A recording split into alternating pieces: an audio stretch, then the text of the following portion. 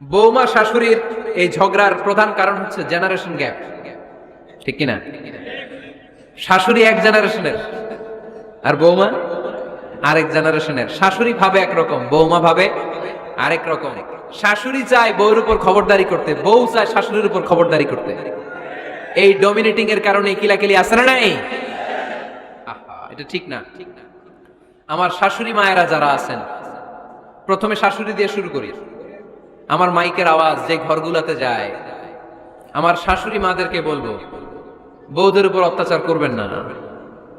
ছেলেরা প্রশ্ন করে, তোর কাছে তোর বউ বড় না আমি বড়? আছে না নাই? এটা একটা প্রশ্ন হইল, তোর বউ বড় না আমি বড়? দুইজনেই বড়। তো এক ছেলে সুন্দর উত্তর দিছে, আমার কাছে ভালো লাগছে উত্তরটা শুনে। এক মা প্রশ্ন করছে, তোর এতদিন আমি লালন পালন করে বড় করলাম, জীবন যৌবন তোর জন্য শেষ করলাম, আজকে বউ পাইয়া বউ তোর আপন হয়ে গেল। এবার ছেলে উত্তর দিছে, মা, আমার মুখ থেকে মা ডাক শোনার জন্য তুমি কি কষ্টটাই না করছো জীবনে। 10 মাস আমারে পেটে ধারণ করলা, খাইতে পারো নাই, বমি করছো, খালি ওষুধ খাইছো, তোমার পেট কেটে আমারে বের করা হয়েছে, 2 বছর আমারে দুধ খাওয়াইছো, পেশাব পায়খানা পরিষ্কার করেছো। বয়স যখন 3-4 তখন তোমার আমি মা ডাকছি, এই মা ডাকটা শোনার জন্য তুমি এত কষ্ট করছো। আর আরেকবারের মাইয়া এই ঘরে আইসাই তোমার মা ডাকা শুরু করছে। যেই মেয়েটা তোমারে মা ডাকে সে আমার আপন হবে না কেন মা? ঠিক কিনা? এই মা ডাক শোনার জন্য তুমি এত কষ্ট করলা, আমার লালন পালন করলা, 10 মাস পেটে ধরলা, পেশাব পায়খানা পরিষ্কার করলা, এরপরে মা ডাক শুনতে পারছো। আর আরেকবারের মেয়ে জানা নাই চিনা নাই এসেই তোমার ডাকা শুরু করছে মা। তো যে আমার মারে মা ডাকে তার স্থান তো আমার কলিজায়, ঠিক কিনা? শাশুড়ি আম্মারা যারা আছেন, প্লিজ বৌমাদেরকে কষ্ট দিয়েন না। অনেক শাশুড়ি আছে পান থেকে চুন খসলে রেগে যায়, পদে পদে স্ত্রীর ভুল ধরে, বউয়ের ভুল ধরে, আছে না নাই? এটা করবেন না। সে তো নতুন, আপনার অনেক এক্সপিরিয়েন্স হতে তার সময় লাগবে, তাকে সময় দিন, তাকে ভালোবাসুন, ঠিক কিনা? না বুঝে সামান্যতে বৌমারে বদদোয়া দেয়, এরকম আছে না নাই? কিন্তু বুঝতে চায় না, বৌমারে যদি বদদোয়া দেয় তাহলে তার নিজ ছেলের পরিবারের ক্ষতি, পেটে ধরা যে ছেলে, ছেলের পরিবারের কিন্তু ক্ষতি, তার আপন নাতি নাতনিদেরই ক্ষতি। আওয়াজ করে বলেন ঠিক কিনা? বৌমাকে বদদোয়া দিয়েন না। বৌমাকে নিজের মেয়ের মতো দেখবেন। সমাধান আমি দিচ্ছি, কেমন দেখতে হবে? নিজের মেয়ের মতো। নিজের মেয়ে সকালে ঘুম থেকে ওঠে 11টা, ওইটা সমস্যা নাই। বৌমা কেন উঠলো না, ওইখানেই ঝামেলা, আছে না নাই? মেহেরবানি করে আপনার বৌমাকে আপনার নিজের মেয়ের মতো দেখেন। নিজের মেয়েরে যেমনি আদর করেন তাকেও অমনি আদর করেন। আপনার বৌমারে যদি আপনি কষ্ট দেন, মনে রাখবেন আপনার নিজের মেয়েটাও আরেকবারের বউ হয়ে কয়েকদিন পরে যাবে। আপনি যা যা করবেন আপনার মেয়েকেও তারা ওইরকম কষ্ট দিয়ে বাড়িতে ফিরিয়ে দিবে। চিল্লায় বলেন ঠিক কিনা? খবরদার, টিট ফর ট্যাট, ইট্টি মারলে পাটকেলটি খেতে হয়। এজন্য শাশুড়ি আম্মা জানারা যারা আছেন, বৌমার সাথে খারাপ আচরণ করবেন না মেহেরবানি করে। তাকে আপনি কষ্ট দিলে আপনার নিজের মেয়েটাও আরেক বাড়ির বৌমা হবে, সেও ওই বাড়িতে এই কষ্টগুলো ভোগ করবে। এগুলো যখন আপনি শুনবেন তখন আপনার চোখ দিয়ে পানি পড়বে কি পড়বে না? পড়বে। এবার আসেন বৌমার কথা বলি। বৌমা যারা আছেন মেহেরবানি করে, বৌমা যারা আছেন মেহেরবানি করে আপনার শাশুড়ি আম্মাকে নিজের মায়ের জায়গায় রাখবেন। আপনার বাড়ি ছেড়ে নতুন বাড়িতে আসছেন, তো এটাই তো আপনার বাড়ি। আপনার মা রেখে দিয়ে নতুন মা পাইছেন, এটাই তো আপনার মা। তো ওনাকে মায়ের জায়গায় বসাতে আপনার সমস্যাটা কোথায়? বৌমারা খেয়াল রাখবেন, আপনি আপনার শাশুড়ির সাথে যে আচরণটা করতেছেন, আপনার শেষ বয়সে আপনার ছেলের বিয়ে দেওয়ার পরে যেই বৌমাটা আসবে ওই আচরণই আপনাকে ফিরিয়ে দিবে। The nature has its own return. প্রকৃতির একটা মাইর আছে, এটা শেষ মাইর, এটা শেষ খেলা। প্রকৃতির খেলা বড় খেলা। আপনি আপনার শাশুড়ির সাথে যে আচরণ করবেন, আপনার শেষ বয়সে আপনি একদিন শাশুড়ি হবেন, এটা মাথায় রাখবেন। ওই আচরণই আপনি ফিরে পাবেন। আওয়াজ করে বলতে হবে ঠিক কিনা? এজন্য 9 নাম্বার পয়েন্টস হচ্ছে মিউচুয়াল রেসপেক্ট। সবাই যেন সবাইকে ভালোবাসি। দোষ ছাড়া মানুষ নাই, সবার দোষ আছে। আমরা যেন একে অন্যের দোষ না খুঁজি। বৌমারা, আপনাদের কেন যদি আমার মাইকের আওয়াজ যায়, অল্প কিছু টেকনিক অবলম্বন করলে আপনি আপনার শাশুড়ির মন জয় করতে পারবেন। শাশুড়িরা আসলে বেশি কিছু চায় না, আগের জামানার মানুষ তো, এদেরকে ওইভাবে হাত করতে হবে। মাঝে মাঝে একটু শাশুড়ির মাথায় তেল দিয়ে দেন, চুলে তেল দিয়ে দিবেন আর কি, মাঝে মাঝে চুল আশ্রিত দিবেন, এগুলো কিন্তু খুব পছন্দ করে শাশুড়িরা। ওনার প্রেশারটা একটু মেপে দিবেন, ডায়াবেটিক্সের ওষুধটা খাইলো কিনা সময় মতো খোঁজ নেবেন, কি পছন্দ করে খেতে একটু রান্না করে দিবেন।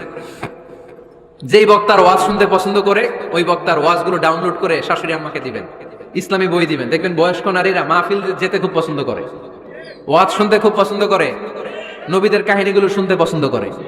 বসায় বসে একটু কাহিনীগুলো শোনাবেন। বাইরে বেরোলে জিজ্ঞেস করেন, আম্মা আপনার কিছু লাগবে কিনা। আরেকটা টিপস আছে, চুল যখন আশ্রাবেন আর শাশুড়ির মাথা যখন তেল দিয়ে দিবেন তখন অতীতের কথা জিজ্ঞেস করেন। দেখবেন অতীতের স্মৃতিতে হারিয়ে গিয়েছে আপনার শাশুড়ি। কি জিজ্ঞেস করবেন জানেন? জিজ্ঞেস করবেন, আম্মা জান মুক্তিযুদ্ধের সময় আপনার বয়স কত ছিল? ওই সময় মুক্তিযুদ্ধের সময় আপনাদের এলাকায় কি কি হয়েছিল মা? আরেকটা প্রশ্ন করবেন, মা বিয়ের সময় আপনি কেমন ছিলেন?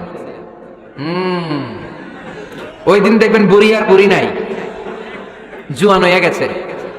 ওই দিন বলবে, মা আমি অনেক সুন্দরী ছিলাম, আমার মাথায় অনেক চুল ছিল, আজকে নাই।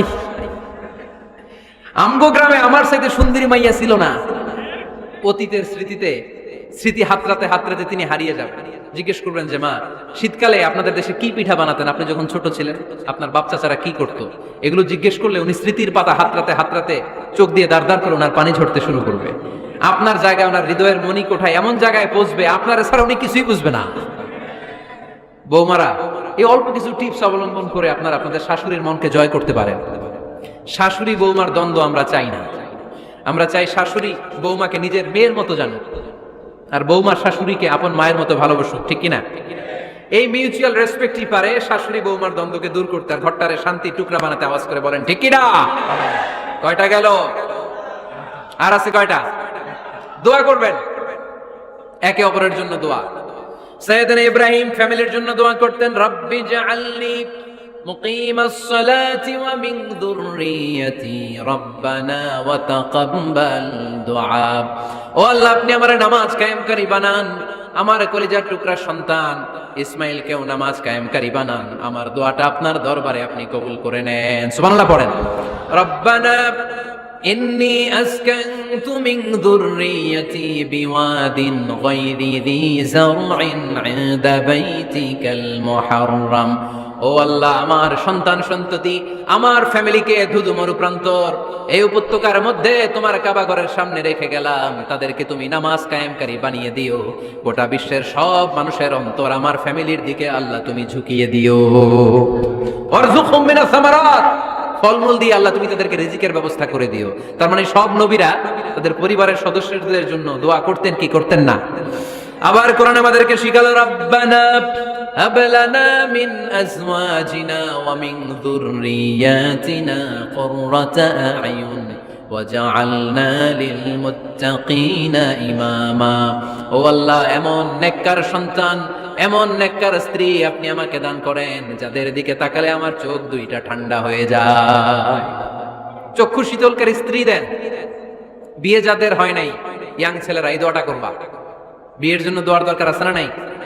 প্রতিদিন এই দোয়া করবা, আল্লাহ এমন স্ত্রী দেন, এমন জীবন সঙ্গিনী আপনি আমাকে দেন, এমন লাইফ পার্টনার দেন যার দিকে তাকালে আমার চোখ জুড়িয়ে যায়। এমন সন্তান আল্লাহ আপনি আমার ফ্যামিলিতে দেন যাদের দিকে তাকালে আমার চোখ দুইটা ঠান্ডা হয়ে যায়। নেককার সন্তান নেককার স্ত্রী আল্লাহর কাছে দোয়া করে চেয়ে নিতে হয়। তাহলে ফ্যামিলি মেম্বার একে অপরের জন্য দোয়ার দরকার আছে না নাই? বাবা দোয়া করবে ছেলের জন্য, ছেলে করবে বাবার জন্য, মা দোয়া করবে মেয়ের জন্য, মেয়ে করবে মায়ের জন্য, ভাই করবে বোনের জন্য, বোন করবে ভাইয়ের জন্য। দোয়ার দরকার আছে না নাই? দোয়া করবেন সবাই সবার জন্য। এই যে কোরআনের বঙ্গানুবাদ পাওয়া যায় না এখন, কথা বলেন। স্মার্টফোন আছে কার কার দেখি? হ্যাঁ, কারা কারা স্মার্ট দেখি? হাজার হাজার স্মার্ট, মাশাআল্লাহ। এই স্মার্টফোনের ভেতরে আল কোরআন নামে বাংলায় কোরআনের একটা অ্যাপস পাওয়া যায়। কথা বলেন, পাওয়া যায় কি যায় না? আজকে থেকে এই অ্যাপসটা ডাউনলোড করে প্রতিদিন এক আয়াত, দুই আয়াত, তিন আয়াত করে পড়া শুরু করে দেন। বাঁচতে হলে পড়তে হবে, বাঁচতে হলে জানতে হবে, ঠিক কিনা? এই স্লোগান আমাদেরকে শিখায়। এই স্লোগান তো আল্লাহ, এই স্লোগান দিয়েই তো আল্লাহ কোরআন শুরু করছে, ইকরা বিসমি রাব্বিকাল্লাযী খালাক। বাঁচতে হলে জানতে হবে, বাঁচতে হলে পড়তে হবে, পড়ার কোনো বিকল্প নাই। আওয়াজ করে বলেন ঠিক কিনা? সুজানগরের রায়েরা মোবাইলের অ্যাপসের ভিতরে আমরা কোরআন রাখতে রাজি আছি তো সবাই? হাদিসের অ্যাপস ডাউনলোড করতে রাজি আছি তো? বাস রাজি আছি, ডাউনলোড করে রাখা দেব, আর কেউ পড়বো না নাকি? হ্যাঁ, প্রতিদিন একটা আয়াত হলেও যেন আমরা পড়ি। আল্লাহ যা বলা দরকার সব বলে দিয়ে গেছে, নতুন করে আর কিছু বলবে না। আমরা যেন পড়াশোনা করি, আমরা যেন একটা পাঠাগার বানাই।